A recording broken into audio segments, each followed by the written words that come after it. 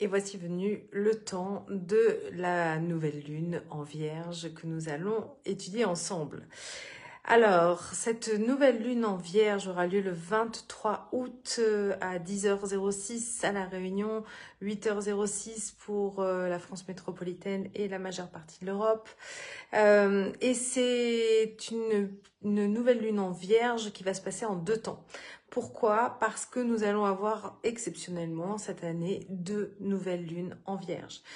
La toute première donc a lieu ce 23 août, comme je viens de vous le dire. La prochaine aura lieu le 21 septembre, au tout dernier degré également de la Vierge. Donc en fait, c'est une session qui va se passer vraiment en 2 temps, et c'est pour ça que d'ailleurs je l'ai nommée partie 1 pour celle-ci, parce qu'il faut vraiment comprendre que ces 2 nouvelles lunes qui vont avoir lieu à 1 mois d'écart sont reliées l'une à l'autre. Et celle-ci donc commence un chapitre puisqu'à peine arrivé dans le signe de la Vierge, le soleil va être rejoint immédiatement par la lune. Donc cette nouvelle lune a lieu à 0 degré 23 exactement. Voilà, je reprends mon thème pour à peine commencer ce signe et donc rentrer tout de suite dans l'énergie. À peine l'ingrès solaire a-t-il eu lieu que nous rentrons dans ce déploiement du signe de la Vierge, avec toujours évidemment le reste de ce que le soleil a vécu dans son domicile en Lion. Et donc, à peine passé ce seuil, en fait, cette nouvelle lune se forme. Donc, cette nouvelle lune en Vierge, de quoi elle nous parle? Elle nous parle d'une volonté de trouver des solutions, puisque la Vierge, c'est une excellente organisatrice. C'est celle qui veut faire respecter les règles. C'est également un signe qui est en référence à la planète Mercure, donc beaucoup en lien avec la réflexion, le mental et tout ce qui peut se mettre en œuvre par la notion de compréhension, d'application de ce que l'on a pu aussi intégrer, comprendre. Et c'est du coup dans cette nouvelle lune, cette énergie de volonté de trouver des solutions. Parce que la Vierge, c'est aussi celle qui règle les problèmes, qui trouve des solutions, qui répare. Il y a une volonté de réparer.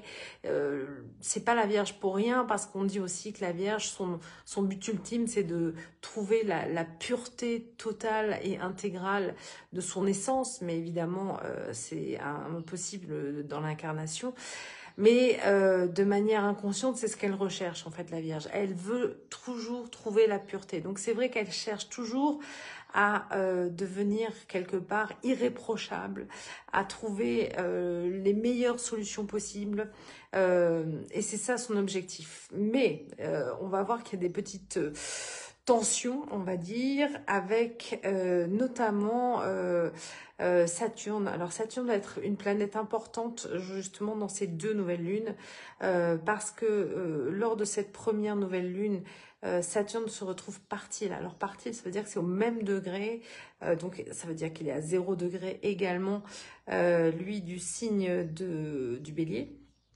Et on a vu depuis un petit bout de temps, on en a déjà discuté à plusieurs reprises, de cette conjonction entre Saturne et Neptune, qui vient mettre un peu un renouveau, mais en même temps en cherchant aussi à dézinguer quelque chose qui a pu être fait précédemment et de retrouver un nouvel élan différent en tout cas.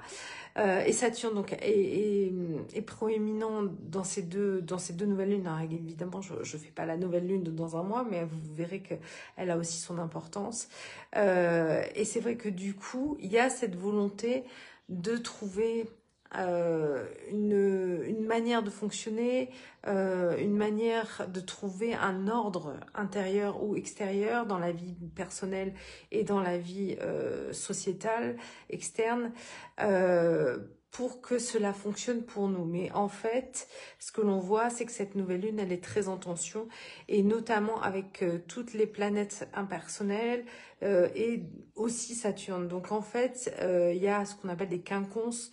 Le quinconce, c'est un aspect qui implique une sorte d'auto-sabotage en fait. Et on voit que cette nouvelle lune, elle est en quinconce avec Saturne, elle est en quinconce avec Neptune et elle est en quinconce avec Pluton.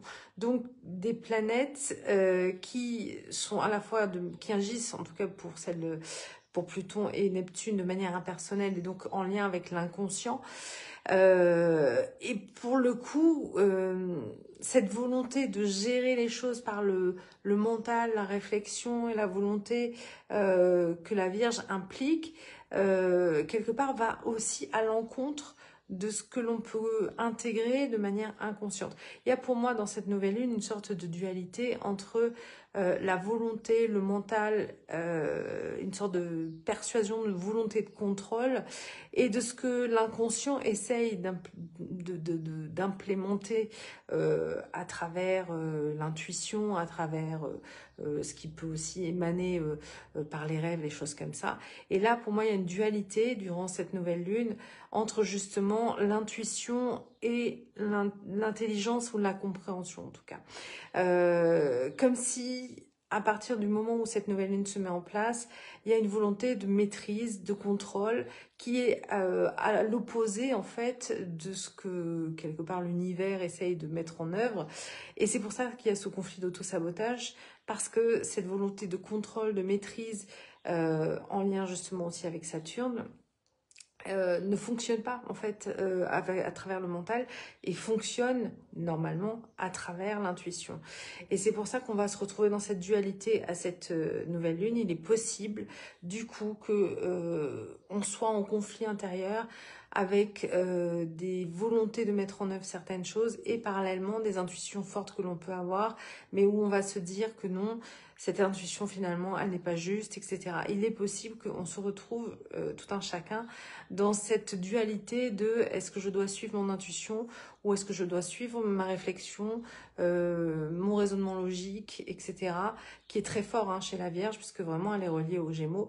Et le Gémeaux, lui, la planète, pas Gémeaux, pardon, Mercure, pardon, et Mercure, lui, est en Lion, donc il y a une volonté d'assise, il y a une volonté de souveraineté intérieure, d'imposer un fonctionnement et clairement, voilà, cette dualité intellect, intuition, possiblement peut en tout cas prendre une forme ou une autre chez chacun d'entre nous. Et de ne plus du coup savoir ce que l'on doit suivre. Est-ce que l'on doit suivre sa logique ou est-ce qu'on doit suivre son intuition ? Personnellement, je vous recommanderais de suivre votre intuition, évidemment, puisque c'est ce que implique et sous-entendent en fait les planètes. Il est vrai qu'en plus, il y a un carré à Uranus et du coup, ce carré à Uranus, c'est aussi une sorte de blocage pour se libérer. On va se trouver dans un esprit de tension intérieure, justement toujours dans cette prise entre deux feux qui est est-ce que je suis mon cœur ou est-ce que je suis ma tête? Et là, évidemment, selon nos choix, on peut se retrouver face à des écueils, face à des problèmes, etc. Pour ceux qui peuvent être sensibles à cela, aux nouvelles lunes, ou qui ont des aspects spécifiques en lien avec cette nouvelle lune, il est possible aussi que vous ayez des problèmes de digestion, de tout ce qui est lié à notre appareil digestif, que ce soit en gros du foie, de l'estomac, etc., jusqu'au rectum. Il est possible en tout cas d'avoir des problématiques liées à cela parce que c'est ce à quoi est reliée la Vierge. Et encore une fois, cette fois-ci ou la prochaine fois, puisque évidemment la Vierge ça ne changera rien au niveau de ses caractéristiques. Donc si vous avez des problématiques de digestion, parce que la digestion c'est toujours lié à l'émotion, donc ça peut aussi toute cette ambiguïté entre suivre son cœur ou sa tête peut aussi générer soit des problématiques pathologiques de cet ordre-là, ou des difficultés émotionnelles à digérer aussi certaines choses. On va se trouver vraiment pris dans ces deux feux-là. Ça va être peut-être difficile de faire des choix, surtout que là aussi il y a un carré avec la lune noire vraie. On se retrouve là dans vraiment un moment de tension interne, individuel et collectif, mais on est dans le signe de la Vierge, dans le dernier signe qui nous parle de nous individus en fait, puisqu'en fait le zodiaque est composé de 12 signes et les 6 premiers nous concernent particulièrement nous, individus. Et après, les 6 derniers, à partir de la balance jusqu'au poisson, parlent plutôt de notre relation à la société. Donc là, on a quelque chose, nous, individus, à intégrer dans notre fonctionnement, de peut-être aussi voir justement cette construction que l'on a entre notre mental et notre intuition, de voir si on se fait confiance ou si l'on fait confiance dans une foi globale et externe, de se dire que l'univers nous amène quelque part et que donc cette notion de maîtrise que veut la Vierge n'existe pas finalement, puisqu'elle suit aussi le mouvement, mais elle a envie de contrôler, elle a envie de comprendre, elle a envie de maîtriser, ce qui évidemment est possiblement problématique si ça ne correspond pas à ce qu'elle souhaite. Donc voilà, il y a tout un moment là qui risque d'être possiblement en tension, en tout cas jusqu'à la pleine lune. Évidemment, nous verrons ensuite comment les choses évoluent, puisque la pleine lune sera en poisson pour le coup. Donc, on va voir justement toute cette évolution potentiellement de nos fonctionnements individuels et selon chacun et selon la manière dont aussi on est en relation avec notre intuition et la relation que l'on peut aussi avoir avec notre mental. Au niveau astrologie lunaire, nous sommes dans la demeure 12.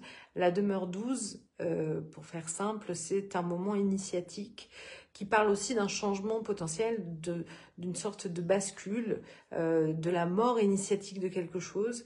Donc cette nouvelle lune, elle nous parle de ça en fait. Elle nous parle aussi d'un moment qui peut être initiatique par rapport à nos peurs, par rapport à ce à quoi nous sommes confrontés, et qui peut nous apprendre peut-être à lâcher prise, c'est en tout cas le moment potentiel pour le faire, pour arriver à faire confiance, à nourrir une foi. Alors, c'est pas une foi religieuse, hein, une foi dans l'univers, une foi que tout a un sens, une foi que si les choses se passent comme ça pour nous, finalement, c'était la meilleure manière dont nous pouvions vivre des événements.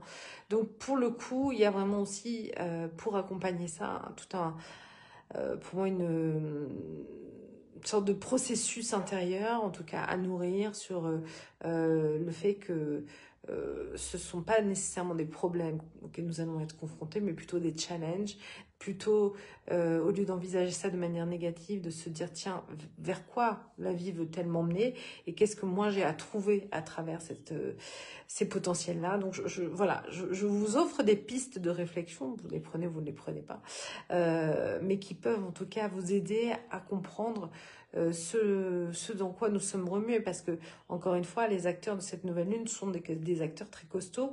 Les transpersonnels sont tout impliqués. Saturne, qui est le lien, puisque c'est la dernière planète visible à l'œil nu, entre cette nouvelle lune et les transpersonnels, qui demande encore une fois de trouver un ordre, mais c'est pas nécessairement un ordre rigide qui est juste cadré. Ça peut être aussi de trouver un ordre intérieur qui fonctionne pour soi, de trouver aussi cette notion toujours dont je parle de colonne vertébrale peut-être spirituelle, puisqu'il faut jamais oublier que Saturne justement fait le lien entre le visible et l'invisible, c'est le passeur entre les deux, donc il est relié aussi à l'invisible en fait, Saturne, et cette tension qui va avoir lieu entre le moment où cette nouvelle lune va se manifester par nos croyances, par notre vision des choses, par cette volonté de bien faire et en même temps de se dire je veux maîtriser les choses. Je pense que l'écueil serait ça. L'écueil, ce serait de vouloir maîtriser alors que nous n'en avons évidemment pas les moyens. Nous ne maîtrisons rien. Nous sommes impliqués dans la vie. Nous devons chaque jour faire face à ce qu'elle nous propose, en ayant une ouverture d'esprit et sans se bloquer, sans imaginer que tout cela est négatif pour soi. Au contraire, si on peut être dans la curiosité de voir ce qui va se passer pour chacun, alors je pense qu'on peut trouver des solutions à travers ça. Voilà. Donc, bonne nouvelle lune à chacun d'entre vous. Donc ça, c'est la partie 1. Nous revenons sur la fin, du coup, sur la prochaine nouvelle lune dans un mois. Et entre-temps, nous aurons cette pleine lune en poisson. Donc, bonne nouvelle lune à chacun. Tirez vos leçons, regardez votre fonctionnement et cherchez votre vérité intérieure. À bientôt. Au revoir.